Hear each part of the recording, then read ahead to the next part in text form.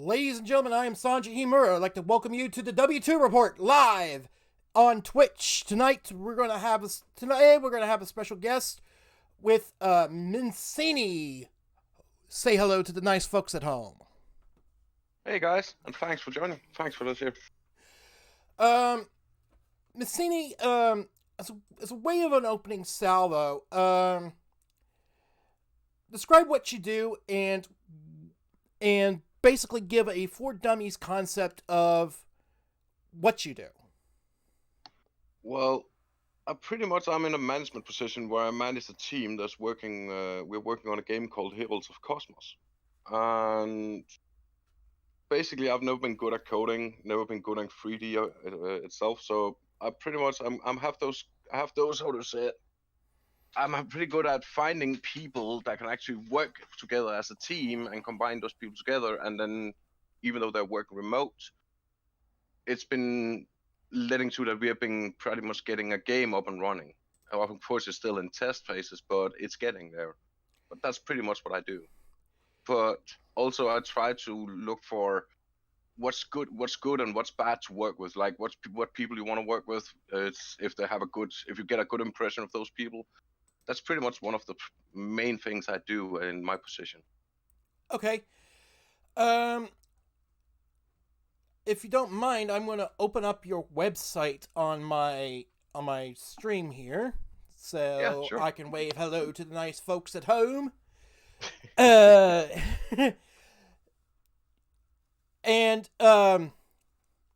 you work with a company called Vivanox, is that correct? Vivanox. Vivanox is pronounced. Okay. Yeah.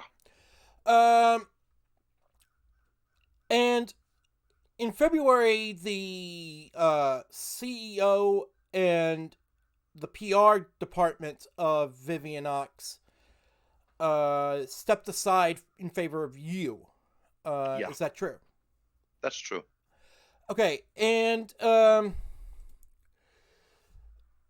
so basically, let's get back a little bit on topic here. Why don't you describe your game as a For Dummies guide? Now that's a bit hard one, but I'll try. We were contacted back in 2012 if we were interested in trying to make a game where we could combine two different game modes to one game. Pretty much League of Legends meets Counter-Strike, right? Okay. So the idea was that some League of Legends players wanted to have a chance to beat up the Counter-Strike people, and Counter-Strike wants to beat up League of Legends people, right? So it's pretty much going both ways. So they were asking if it was doable, and I was like, yeah, sure, we could try that out. That could be fun. And over time, we figured out it was setting up the mechanics and all that was actually quite simple, but balancing the whole game, that was the biggest problem. Afterwards, we started adding in the third game view called third person game view, right? But right. How to describe the game is pretty much giving you 8 people on each team, and you have the chance of choose your own unique game view or game mode, whatever people want to say, how they want to, treat that function. If it's game view, game mode, doesn't really matter. But the whole plan was that they could choose their own unique game mode in the game with that team they're playing with. So somebody on the team are playing top down, others are playing first persons, and others are playing third, but they're still playing together as a team. Okay. And combining those 3 things together seems kind of simple, and in many ways it is, but balancing it is the really hard part. Yes. No game is going to have 100% balance. That much we can already tell from the likes of AAA publishers like Capcom in Marvel vs. Capcom 2, for example. Yeah. So, describe how the game was conceptualized from the drawing room. So, that's a tough. That's a tough one. You're more asking about how we started on the idea, right? Yes. And how we came out. Yeah. The whole idea started out with have some screenshot pictures here I posted in. Yeah. I got one right here. And Um, that was actually back from, because the game itself was actually stated back from something we played back when I was a kid at school. Yeah, there you have one of them. there we go. So it was a bit like playing catch. But the thing was, if you went over to the opposite team side, if they caught you, you'll get in jail. Okay. So you pretty much had to avoid that, not to get caught. So we tried to implement something like that, but figured out pretty fast that was getting boring like hell. Nobody wanted to play it. They didn't even find it funny at all. So you added a capture the flag mechanic to the game, right? Yeah, pretty much, because we already had it right here, as you can see. You have the blue players here. That's one side, and you have the orange players on the other side, and then you see the black ones in the back. That's actually the four flags each one has, right? Okay. Okay. And the whole idea was that they had to guard those four flags, but also you can see those tiny boxes to the right side. The right side where we're looking at the picture right now, you can see that Yeah. Yeah. tiny box, Yeah. yeah, to right. That Yeah. was actually a This jail. right So here. each time, so each time when somebody got in jail, you had to rescue them from jail. Okay. So So we wanted to keep those two ideas with the game, and then remove the idea of also like it, getting caught all the time. right. Um. So So there is a stealth mechanic to the game. Is there? Is that not? Is that not true? Depending on what character you're playing, then yeah. Okay. Um. So this. So describe to me the three classes of the game in uh in your game and We how have the each base. now and how each one's unique. Uh, for example, we have something called defenders.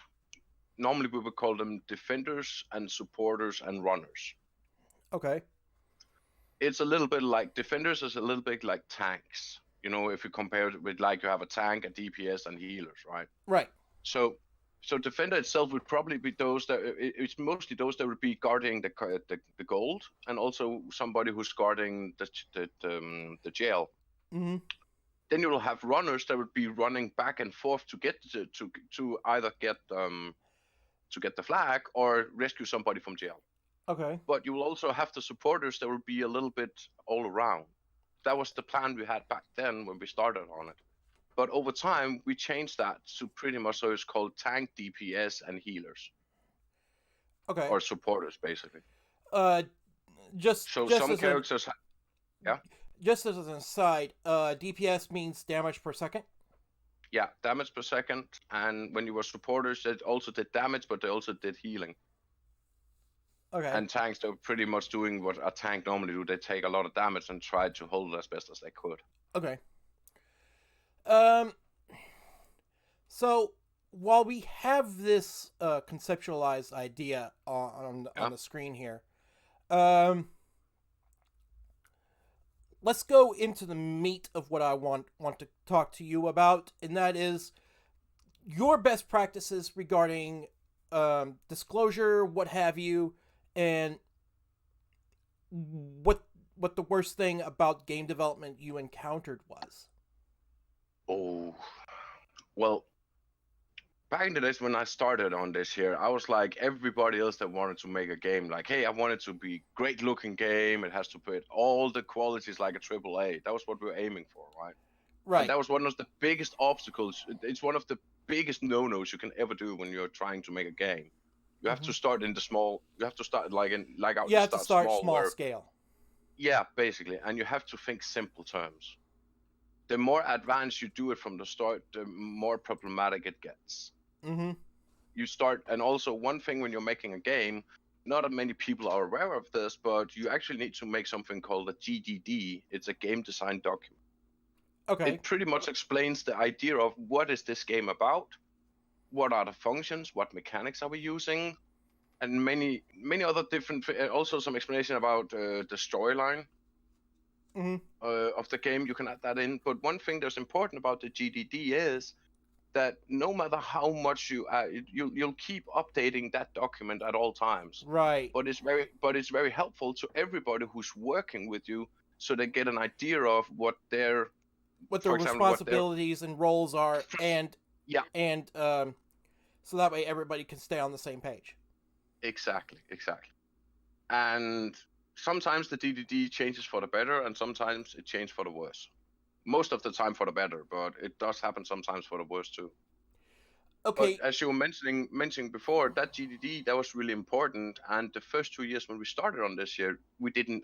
I didn't know anything about GDDs at all. I was working with two other guys, and You one of thought they them knew. he had one of the guys he knew, but he didn't care. Mm. The other guy he had too much. He has too much. He has too much on his plate at the same time because he was working as a IT consultant. Okay. So he didn't have the full time that he was hoping for. And at that point when we were talking about making the game, it was like, hey, we're gonna make a game and be done with it under a month, maybe two. And No, no, no, no, no. that's That's not. just not That's how things are. yeah. That's not. And That's not good game development. Um. no, not at all, not at all. And you see a lot of people nowadays doing the exact same thing like I did back then. Like, hey, I want to make a game, and it's like, okay, you're making a game. Do you have a GDD? And they're like, what's a GDD? And then you have to sit and explain to them like what the GDD is about. Right. And you also have to explain to them that, hey, if you want to make a game, that's totally okay, but bear in mind it's going to take more than a week. It's also going to take more than a month. Some people actually use years on this. Some succeed, others doesn't. How long have you been working on the game? Let me phrase my next question like that. We've been working a little over 8 years on this game here. And and you and um and you were telling me before the interview you used a lot of freelance work. Um Yeah, that we do. That we do. describe to me, describe to the audience at home how you handle freelancers, because freelancers is a new encounter with my audience, and Yeah. basically we don't understand what the term freelancer is. Well, freelancer can be in many things. For instance, we're looking for freelancers mainly. They're doing C++ coding or doing 3D prop art. That would be like weapons or houses, street lights, whatever that's under props, or they'll be doing 3D character art. Or you'll be looking for freelancers who can do concept art. Okay. Um, the problem with freelancers is some of them are actually quite nice to work with and pretty fair, and then you have other freelancers that are not as nice and they might be cheating you, or their prices are totally insane. It's Right. like, hey, I've been working at a AAA company, so I'm entitled. This is just an example, of course, but some people have been working at AAA companies since they don't work there anymore. They still think they're entitled to get like, let's say, $800 for a character, maybe, which is not entirely unfair, but it also depends on how much detail you want. Okay. Um. Now, you have a unique uh pro- prospect on what is known as a non-disclosure agreement. Yep. Can you describe that? Can you describe that agreement and what it entails concerning your artists? When it comes to 3D artists, at least, and also when people are, and also those that's been making UI design for us, for the in-game, we had a very special agreement with them called that, hey, you're allowed to show what you have made for us on your portfolio. Mm-hmm. And the main reason for that was we met a lot of artists out there that was not allowed to show their what work they have done for other companies. Even though the game was never released, they were still not allowed to show it because of NDA. Mm-hmm. And we wanted them to show, we wanted those artists actually to be able to show like, hey, I've been making this here for Vivanox, and we allowed to show how it looked before and how it looks now. Okay. So in a way, what they did, they could actually, of course, they had to add in our logo in the bottom corner. That was the only thing we were asking for. But it was more like also so they could show to other people, hey, I'm doing freelance work, and I actually had a work with this company here, and so people could see they were actually truthful. Because one thing we noticed really fast, that they're looking for freelancers is a jungle out there. You have the website called Fiverr nowadays, where you can pretty much Yeah. ask somebody to do the work for you. And in many cases, you can be pretty lucky with it. But there's also those cases where people actually are ripping you off. Right. And you will learn really quick what's the scammers and what have you. Is that true? Yeah, you learn that pretty quick. One of the best examples I can actually come with is that we had one of the first times we got scammed. It was more like this person, he was really good at talking and getting our interest. We were really keen of his ideas and his suggestions he had for us. So we believed in him totally, and we sent him the money. And the day after, that account didn't exist anymore. Okay. But he was also being recommended by other people that have been knowing this guy here for like a year and a year to from like a year and a half. Right. And they were just as shocked until they actually figured out afterwards that this guy here, he was not reliable at all, and he has been doing this for like last, was it 4 or 5 years? Mm-hmm. Um, I suppose my next question is, how long does your NDA usually last? So for example, if let's say I'm an artist that wants to join up with your outfit, yeah. and I I do your work, and Well, I'm basically finished with fulfilling my end of the contract. How long does it usually last? well, the NDA for us lasts about the work you do for us. That lasts about 6 months. Okay. And you're entitled to talk about everything that you've been doing for us and also what you've been doing, because if you're doing 3D, you won't be told that you don't have any chance of explaining the source code on how it's all being handled. Right. It's only 3D related, so we're totally fine with that. Even if you see some of it, how the game progresses and how it works, it's okay, you talk about that. It is actually stated in our NDA because we want to try to be more open-minded towards people.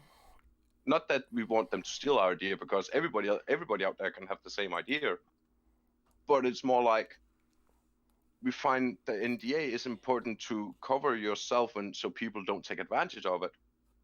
But also they should be allowed to speak about what they've been doing, especially when it's done. Right. Um.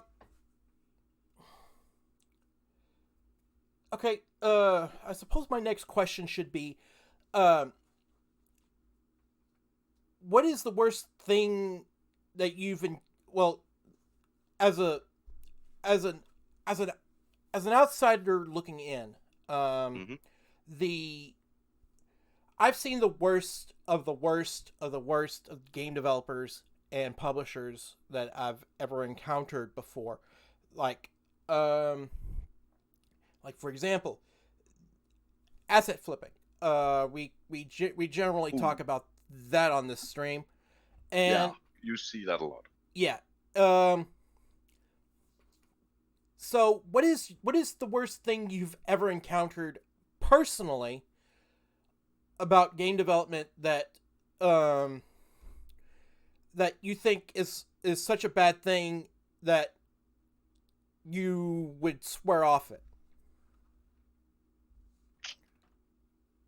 Well, that had to be one thing that happened lately, just recently for us. That's about 4 months, no, 5 months back. We had a person who actually cheated us with some textures. Okay.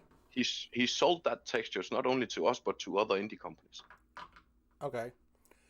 And the reason we had an issue with it was we figured out afterwards that texture was not only being sold to that first indie company that actually had the claim for it, but before that, that texture was actually being taken from an asset.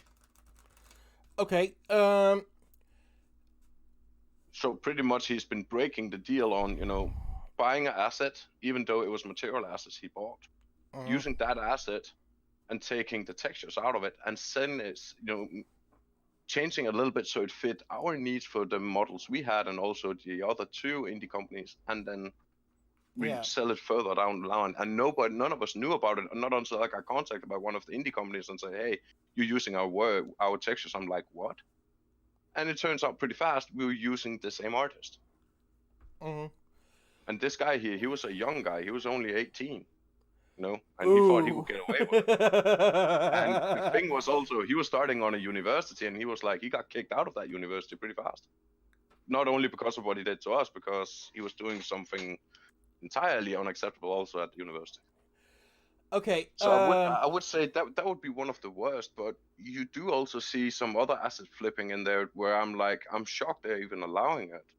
We have something called Mixamo where people can put in their own characters and get them animated automatically. hmm The idea they have is really good, but the idea with Mixamo is you're not allowed to sell those animations. But you see those animations being sold time and time again, not only on Unity but also on UE4. It's the same, it's different characters, but the animations are the same. Okay. I know we addressed the. I know we addressed the disclosure once before. Yeah. Before this interview. hmm Can you care to repeat what you said about your policy on disclosure? You're referring to on when we get products delivered, Uh, right? I'm referring to. I'm referring to um, your game development blogs. Well, the idea with our blogs is that we prefer to be open, you be honest about everything that happens. For example, just lately, the PR and the CEO they stepped down, and I took over. Right. The main reason I took over was because it was stated when this year is actually the second time it has happened for this company here, which is quite kind of sad. But the first time, because of the first time we experienced, we had a boss. He took all the money and he ran away. So we pretty much was had to start with nothing. Okay. The second time here, we started having a CEO and a PR that was pretty much like they were getting too bored. That'd be a nice way of putting it. And this the PR he didn't do anything for the last 4 months. And the CEO he was getting tired and had a lot of things on his mind, and he couldn't quite figure out how to say that he wanted out, right? right. So when I started to get more and more things put on my desk that was not related to coding or managing the teams, and we're talking about doing paperwork, fixing the books, and not fix the book, but getting the books ready for RRS and all that shit and taxes. hmm Then you start figuring out there's something wrong, and then you start talking with those people. And first, it happened like they're avoiding you right away. And when they start avoiding you, you simply have to bash your hand in the table and say, hey, we need to have a talk here. We need to figure something out because either you guys are doing here something here or you leave. But also, one of the policies for that is we've been very honest about what's happening through our monthly blogs. And the reason we are that is because we find this important not only for blog users, but also for the people who's going to play the game we have, that they're being treated with the right respect, like a consumer should be treated. Right. We find that really important. And that's also led to a lot of people, not people, but also a lot of companies have been looking weird at us and saying, like, you can't do that. And it's like, why not? You see every other company out there lying about what they're doing and don't want to admit it until about 3 months or half or a year after. Why Right. not admit the mistakes you do from the start and take it from there? Crow is best eaten when young and tender. I find the app. I find the saying accurate here. Uh, hmm Now I know we had a talk yesterday about your monetization practices, and Yeah, and those talks are still ongoing. that they But are. what do you think about monetization in general compared to how how you guys were handling it before I sunk my Before I claws met, into you? before before I talk with you guys, everybody has been like patting us on the back and say, "Hey, it looks good," and that's how things should be because everybody else is doing it. And right, we were like, and I don't mind getting a pat on the back and being told I'm doing something good and something great, but I also rather hear people saying their honest opinion about it. Even right, though criticism can be harsh, it's important to hear, and it's important to take those things into account when you need to evaluate certain things. right, For example, what we talked about yesterday, I've been talking with the rest of the team about it, and they agree on that we should actually change some of this and remove certain things like we talked about yesterday, um, which I find quite important because I think the monetization right nowadays is a grind, it's a money making machine because people don't know any better. They're pretty much paying for a skin that takes It takes like, let's say, a skin for a Fortnite player that takes like maybe a week to make. Yeah. Just an estimate here, right? Right. And then you're pretty much playing for a check mark. Am I allowed to buy this? Yes or no? That's the check mark. That's basically what it does. Uh huh. I guess that's a lot of the problem what I have with loot boxes in general, because Yeah, it has a randomization effect, but you don't usually get a you usually get away with it because of the casino like effect that it could yeah, have. exactly. And that's also why we don't want to use loot boxes in our game. I find it distasteful. That's my personal opinion. Using things like that, even though people can be greedy and they want to earn more and more money, I really find the idea of having loot boxes distasteful. Yeah. I Yeah. personally think it should be removed from the game. It doesn't have anything to do with the game. It's more like you said before, like a casino, Mhm. right? And that's just how I've getting that fixed and getting some companies to actually understand that they won't, because they're only thinking about how can I earn more money on the next person who's logging into the game. Right. Um Now you also from the little bit of the game you showed me, Hmm. um, you also have another way to earn money. Can you please describe that? You're thinking about inside the game. Yes, inside the game. Yeah, inside the game. We have two ways. We as I showed you yesterday, we have two ways of earning money inside the game. One is that you can earn it by each Whoa, fight whoa, whoa, whoa, whoa, in the whoa! game. I'm gonna Yeah. have to stop you here. I think we have a little wires cross. I was talking about real world money. In your advertisements. Oh, the in-game advertisement, but that was not earning money in that way. The idea was for giving away those money we get for the advertisement, giving that away to help other people in. Okay. So it's not so in other words, this is not directly benefiting you, it's benefiting other No, people, which I yeah, respect. that's the idea. Because we think by itself, by selling skins for a character, that should be more than enough for earning money on a game. Okay. The rest of it was more like the idea for that, like I said yesterday, was also like it was more like you see a lot of Twitch streamers out there that are trying to make donations for maybe helping some old woman, moving into a house or whatever, All right. just for being helpful and supportive to those people. We want to try to do the same thing, just only for testing purposes. Now we want to do it in Scandinavia. Okay. Um so basically it's a large scale version of that. Uh so a donation drive basically. Yeah, you could say it like that. Yeah. But the idea is also like those companies that want to have those in-game commercials. I can send you a link about the commercials if you want. No, no, no, no, no. No, no, no. Fair enough. That's immaterial from here. Okay, fair enough. But no, it's more like the idea is more like that. Some of those companies, they're more interested in how many people can you have watching this special commercial, right? And they're willing to pay a small amount for that to get it shown, like let's say maybe 4,000 times a month. Just an example, right? Maybe Mhm. 2,000 times a month, right? And they're willing to pay a small amount to have that done, and also they're aware of that what the money is being used for. Okay.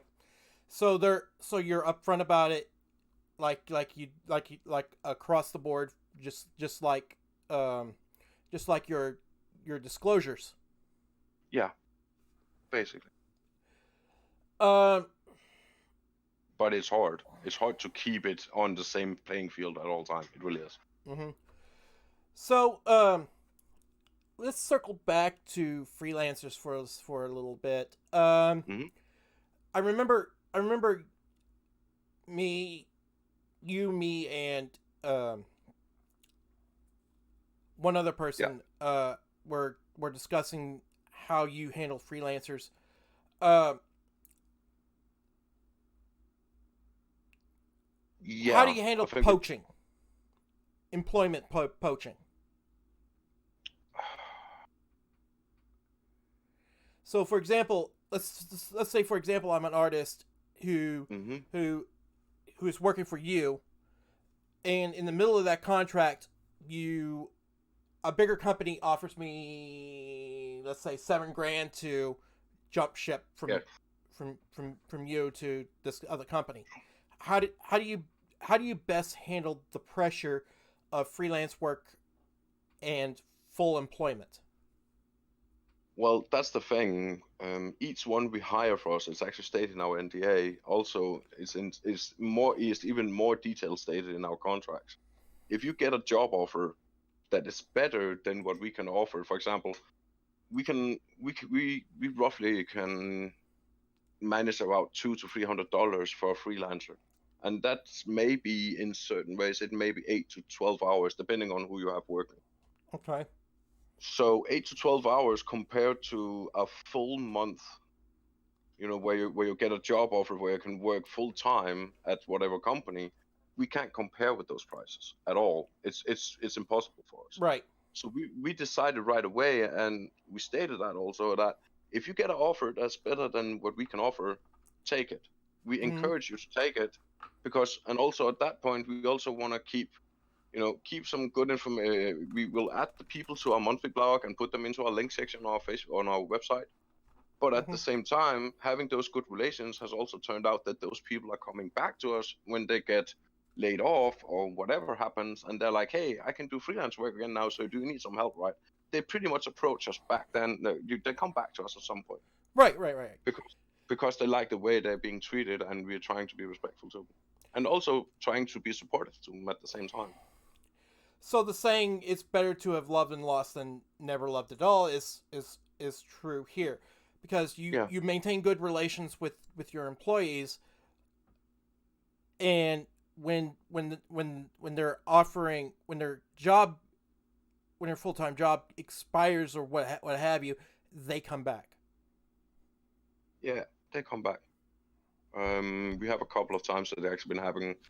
Right now, one of the coders who's helping us out, he's actually one that's been coming back pretty a couple of times now, because he just needed some extra freelance work. Mm-hmm. Of course, I can't disclose who he is, but he's been doing a really No, no, good no, no, job no, for no, a no, long no, time, right? and I wouldn't ask you to. Yeah, but he's been doing a really good job for quite a long time now, and the same thing with a 3D artist. And they pretty much come back because they know how they're being treated, and also that some of the times, one thing we find really important when we're working with our team, that is, you have to have some kind of proper voice communication, for example, Discord or TeamSpeak, Mm-hmm. whatever people like to use. Even Skype, some people use Skype, but there needs to be proper equipment for that. So if you don't have the equipment, we provide it for you. Okay. And Now, that's not only for us, but it helps that person out when when he or she is doing freelance work for other companies, mm, because then you have the proper equipment to actually do that. right. And many of the times, because of that little helping hand, and we're talking about some cheap Logitech G935 headset, wireless headset, right? Of course it's not cheap, I know, I was just being sarcastic here. But we are talking in those kinds because it needs to be good quality when you're listening and talking with people. It doesn't, you can't work with people where it's really shitty sound they're using and you can barely hear what they're saying. Right, It right, right. doesn't work. So, um, if we can if we can follow up with this question. So Hmm. basically, you help you help them with whatever they need, and you try to build good relations with your employees. Is that Yeah, true? that's true. We try to do that the best we can, but mostly with those who already has earned our, earn our trust towards those people. So they need to work for it a little bit to gain our trust. Right. Uh, so please describe. Um, I know you dealt with a lot of scammers. I know you dealt with a lot of people who say don't disclose this information. Yeah. Uh, so how do you just best describe the fact that um, you do disclose, and how does that benefit um, how does that benefit you, the company, the better? Um. I'm sorry, I'm paying attention to two uh, different things at once. Yeah. the first question, that was like how we handle scammers, correct? Yes. Yeah. The best way of trying to figure out, at least that's what I think. I'm not saying it's the right way. There are many different ways of doing it. And that's also one thing people need to be aware of. You can give them different kind of tests. For example, if they're doing 3D art, make them do some characters for testing. Mm-hmm. And if they do that, that's okay. And then you go a step further, like let them show how good they are with making details. Mm-hmm. The same thing goes with coding. If you want to make sure somebody is pretty good at coding, well, if he knows how to code, well, then ask him to make for example, the ping pong game. It's one of the first games that was ever developed, anyways.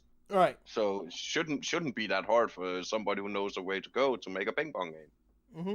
Of course, you can find a lot of GitHubs and things like that here and there and around, and But that, yeah, but but that you'll doesn't use those. yeah, that doesn't apply to their test. No, it doesn't. It really doesn't. Because you can easily find those around, GitHub and many other places, even YouTube, where people saying, "Hey, download my ping pong, it works," and then you can play the game from there. But if you download from there and send it over, we will know right away. Okay, you didn't do this by yourself. You pretty much ripped it off by somebody. Mm-hmm. We have met certain people doing that, and when we confront them, whether they're like, "Oh, I'm in a hurry now, I have to go," they're pretty much like that, and then we don't hear from them anymore. Right. Then you also meet the scammers that are really good at what they're doing because they know how to code, but they're just so damn lazy, Yeah, pretty very much. lazy. Very lazy at all. So the one day they say, "Yeah, I can easily do that," and then the day after you're like, "Hey, how things going? How's the work going?" And then you see that they're sitting and playing Battlefield or Fortnite or whatever, and they've been doing that the whole day. Mm-hmm. And it's hard to figure out who's the right ones and who's the wrong ones, because of course when you're working with coders and also with 3D artists, some of those people also need to relax. It's like, take one day out of the schedule and just sit and relax, either reading a book, playing game, watching TV, or whatever. Mm-hmm. Whatever makes them to relax. So, And go ahead. so that's one of the problem is that it can be hard. That's also why have the proper communication with many of those people. It's really that's one of the major things I really look for in a person when I want to work with them. Okay. And if they can't communicate properly, and if they start to lack just a little tiny bit, I'll take them aside and try to sit and have a talk with them. If that talk doesn't work after the next time, let's say the day after, and it still hasn't changed, then I need to say to that person, "Hey, we need to let you go." Right. Right. Because you don't want your whole team destroyed because somebody has a really bad attitude. Right. Or is rude in any way. Because we have experienced that. Actually, one scammer, he came in, he actually got through all the tests and all that, but then he got lazy when he joined the team, and he was like destroying the whole team, basically. Right. He was destroying morale, which Also that, yeah. Also that. Let's see here. I basically ran out of questions. So I kind of am afraid to leave it here, but on the other hand, what are your thoughts on the I swore I wouldn't do this. I swore I wouldn't do this. What are your thoughts on some of the game controversies that surfaced up recently? Oh. For example, one of the reasons I got in contact with you guys is because we want to have a game out there that we know there's not 100% balance, right? Right. And we want to state that when we're going to put it on Kickstarter at some point. We want to be honest about it and telling people, hey, when you're investing in this here, it's not 100%. It will never be 100%. It will maybe be 70 to 80% balanced, and that's about it. But if you compare that balancing on how League of Legends is, I know League of Legends is a MOBA game, but depending on what kind of characters you're using there, Yeah, that they're balancing can extremely also... overpowered and they don't tell you. Yeah, exactly. But we just find it's important that people don't buy the cat in the sack, if you know what I mean. Right. we want to be honest about everything there is, so people know what they're getting themselves into before they start investing in our idea and our project. Even though we've been working on this here for 8 years, some people would say, "Hey, you can easily have done it under 2," and it's like, yeah, you might be right, but we might not have been learning as much as we have now. Mm-hmm. Uh, I know Because you approached me on, I want to say Friday, um, because yeah, it was, wasn't you wanted some opinions on this on the subject, and I it? Yeah. gave them to you. So, uh, can you describe by way of disclosure, the monetization? Well, how you earn currency in your game? We're talking the in-game currency, right? Yes, we're talking in-game currency Yeah, now. in-game currency. So right now we were talking about, we had two types of in-game currency. We have the ones where you're earning standard coin currency, where you can use those to buy characters inside the game, and that would be it. And then you had the other currency that would be able, where you can choose to buy different kind of skins. Mm-hmm. Both of those currencies is something you earn by winning a game. The more you win, the more currency you get. Okay. Depending on each game, the longest game I have known until now, that's a little almost an hour. But normally a game would last around 20 minutes, 20 to 40 minutes tops. Okay. So a game to 20 to 40 minutes, that would lead you to having, like, if you just want to use the standard currency to buy characters with, you will need about, I think we talked about, was it 4 to 6 wins you would need Okay. to could be affording a character, right? Mm-hmm. And of course, we also talk about adding in the other option that people could buy the currency just to get those extra characters, buy them with real money. Right. That's the idea with the second currency of the skins, because there needs to be some kind of money earned here to have the servers running, have Right. the, Yeah. the, the game maintained and things like that. So we need to earn some kind of money to keep those things done, to get those things Right. done. Right. So It's basically operations critical to a non-profit. Uh, yeah. so as a way to clarify what I mean is, non-profits basically earn enough money to keep operations going another year. Mm-hmm. Uh, That they do. so um, there's two types of nonprofits in the United States. There's a 501c3 and a 501c-D, if my memory serves me correctly. That might be true. I don't know the ones used in the States, so I can't say. So you register as a nonprofit, and you basically have to give away the money that you earn on top of. So basically, if you earn a profit, you'd have to donate that profit to other non charities, Mm-hmm. nonprofit charities. Yeah. So would that be fair to say? So would that be fair to say that you, as a nonprofit organization, um, you you basically act like a charity? Yeah, that would be fair to say. That would be fair to say. It would be something we want to do like once a month, or maybe one time every third month, depending on how much money there is. But it would be something like that, yeah. Okay. At least that's what I'm hoping for. I don't know what the rest of the people are gonna say, because having other people working with you is not always you agree on things. Right. And like I always say, if if uh, if everybody agrees on the same thing, somebody isn't thinking. Like I Yeah. said yesterday. Mm-hmm. True. Um. So I know we talked monetization last night, Yeah. and how well does does the proposed changes that we talked about last night resonate through your team? It was pretty good. It was actually really good. I'm actually hoping for getting some more ideas from you guys if it's doable. Yeah, we could do because that after the stream. of course.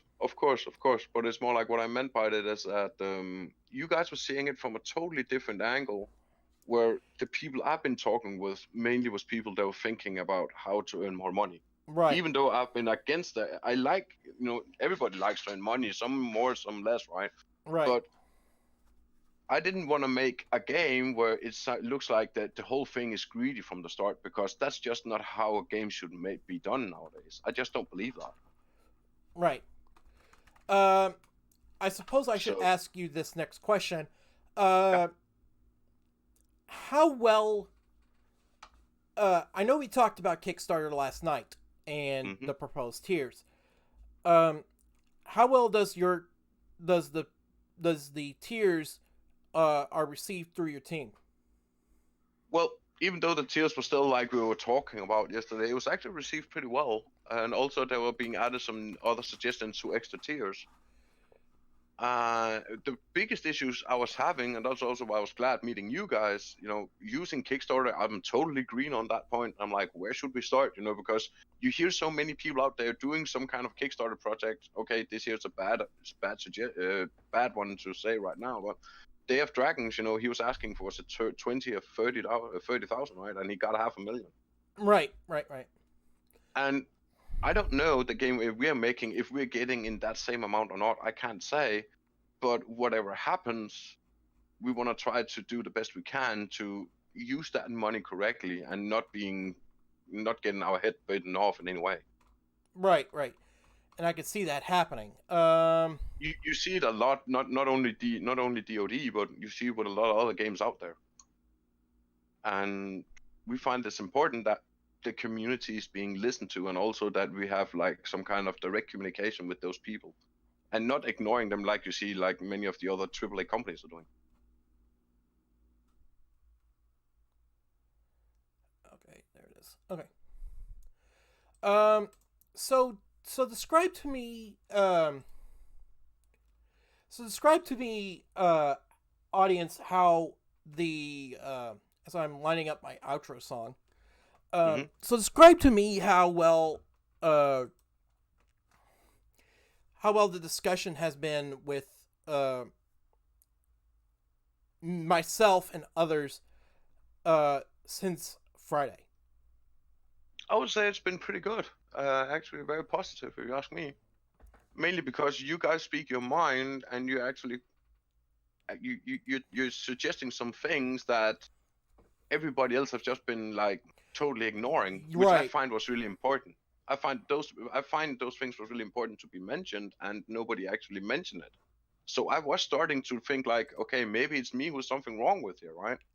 But right. after talking with you guys, I was like, no, I'm not wrong. I'm on the right path now, because I know I'm doing something that Mm-hmm. should have been focused on more. But the sad part of it is that sadly, too many people nowadays, they don't care what the community thinks. They just want the money, and then they're just let the games hang there. Right, and we saw a lot of developers ignore the community in favor Yeah. of doing whatever the hell they want. Uh, anyway, this is about the time that I'm gonna end this end the interview. I would like to thank you for showing up, Miss Miscni. Yeah, sure thing. I hope I pronounced it. Hope I pronounced your Yeah, name you right. did. Yeah, you did. And I would like to thank you, the audience, for showing up today on the W2 Report Live. And I will see you guys in the next couple of weeks um for a topic yet to be determined. And I hope we can see you guys soon as well. Sure thing. It's nice being here, and thanks for having me. Thank you.